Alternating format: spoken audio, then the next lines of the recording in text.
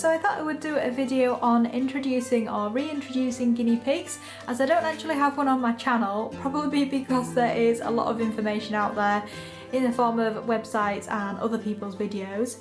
So I will post some links that I found most useful in the description box, which I really recommend if you are going through this process, you have a read through those beforehand. I will just quickly describe my own situation with the guinea pigs in front of you. If you don't follow my channel, I have 3 female guinea pigs. The 2 here are Willow, who is out of the tunnel, and then Lyra, who has just hidden herself away in there. And then I have a 3rd guinea pig called Twiglet, who has had a operation about 6 weeks ago, a spay operation to treat ovarian cysts. So she was separated from the other 2 for about 5 days, and when I reintroduced them they were fine for a couple of days. There was a bit of dominance behaviour between Twiglet and Lyra, but then they seemed to settle down. Unfortunately, after 2 days I come home from work and Lyra has a really nasty cut on her lip, which is obviously a bite wound from a fight, and it just had to be Twiglet. I don't think it could have been Willow, especially as these 2 are together at the moment and they're fine. So after that happened, unfortunately I had to separate Twiglet out, and I have then been running these kind of sessions to reintroduce them and kind of help me make a decision whether they are okay to live together or not.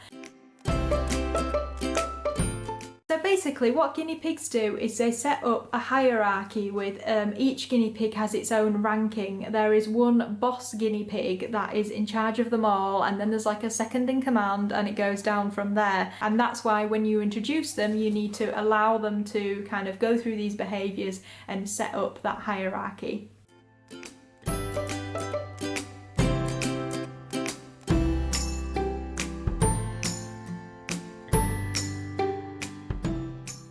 So when you're actually introducing them, you should set up a large pen in a neutral setting, somewhere ideally where none of them have been before, and everything you put in that pen should also be cleaned, washed, disinfected, shouldn't smell of any of the guinea pigs. The same applies to when you put them back in the cage together. If you feel the introduction has been successful, then everything in the cage should also be disinfected. If you're increasing the number of guinea pigs you have, you should also coincide it with a cage upgrade, so the cage is really completely different and they've got a lot more space, and that will also reduce any dominance issues that might happen. You should put hay in their pen, you can put vegetables in their pen, lots of food to distract them.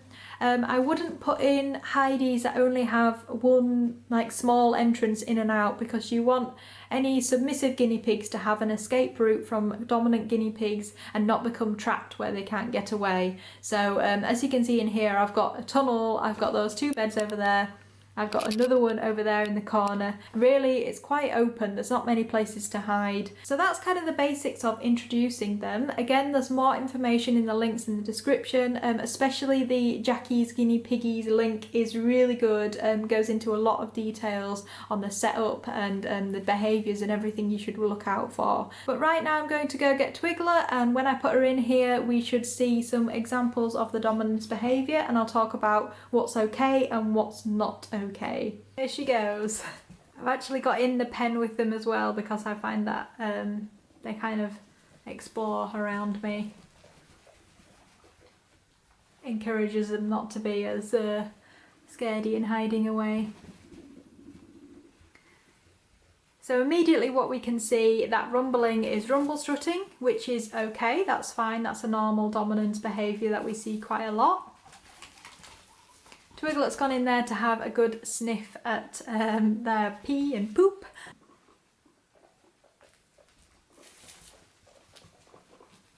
There wasn't really any interaction there with Willow and Twiglet, but normally what you might see is them sniffing each other. They might do some head raises, there's just to kind of say hello, or some nudging of each other, which is all again normal behaviour and absolutely fine.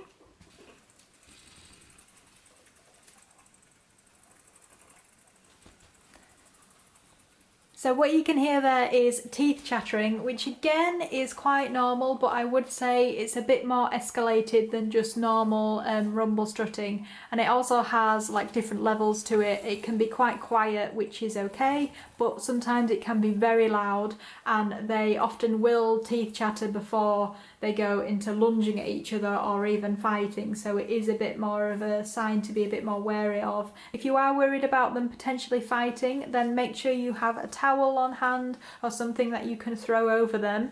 You should never ever try and put your hands in and try to separate fighting guinea pigs, because you might end up with some nasty injuries on your own hands, which is never good.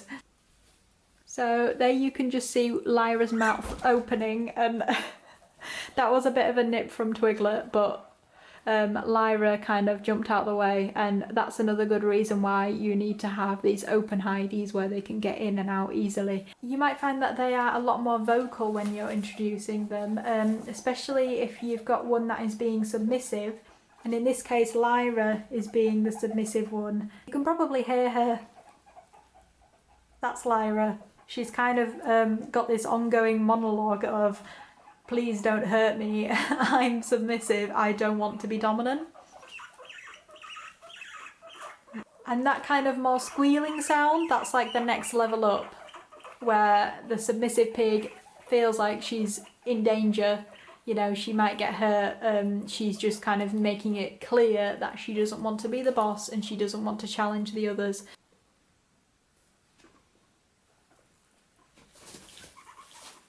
So that was quite interesting. Willow didn't really do anything, but she is the dominant piggy, and she just had to maybe do a little bit of teeth chattering, and Twiggy kind of realised, you know, that's her position, Willow's in charge, and she backed away instantly, which is a good thing. We like to see guinea pigs backing down. We don't like to see that, which is a bit of nipping. I'm not too worried because Lyra was facing the other way and she wasn't challenging her. Again, she was running away submissively at that point.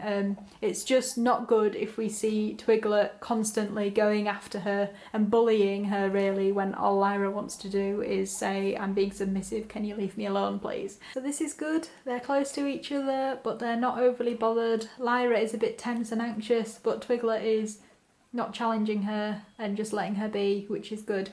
So some other behaviours that might indicate that a fight is imminent is, as well as the loud teeth chattering, you might get a kind of puffing that they do. It's very subtle and it's only quiet, but they'll do it at the very beginning when they kind of first meet, and they'll just kind of, you'll just hear a very quiet